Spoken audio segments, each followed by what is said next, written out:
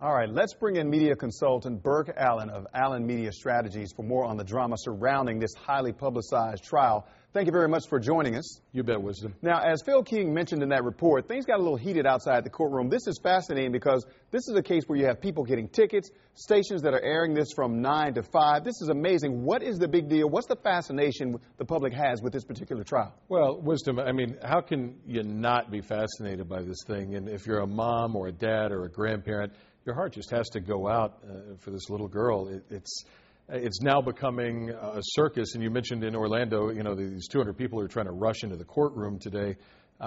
I worked in that market several years ago, in the Orlando market, and I understand from my media contacts down there, there are 5 different television stations running continuous coverage. You have reporters who are tweeting from inside the courtroom and Facebooking, and I mean, myfoxdc.com has, you know, continuous coverage on the website constantly. So you're just getting it from all angles all the time. Now, is this a situation where this is just big right now until, you know how the news cycle is, you've been in the media before, you know how the news cycle is when something else big comes along, this kind of it would get pushed, something else would get pushed to the back burner. Is this the situation here, or is this something that's going to last for a long time?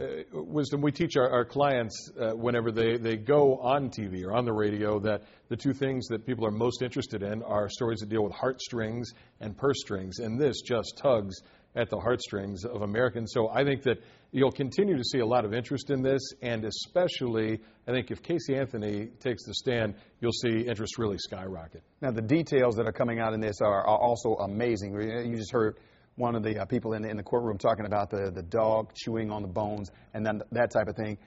Is this also a situation where people just can't get enough when they hear about all these details, or could it get to a point where it's just too gruesome for anybody to watch? I understand about the heartstrings and everything and how sad it is, but could it get too gruesome?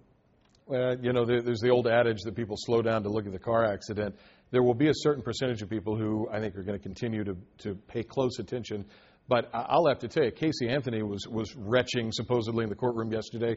So was I when I heard this stuff. I am at the point where it's difficult for me to pay close attention to. So is there a point where people will turn away?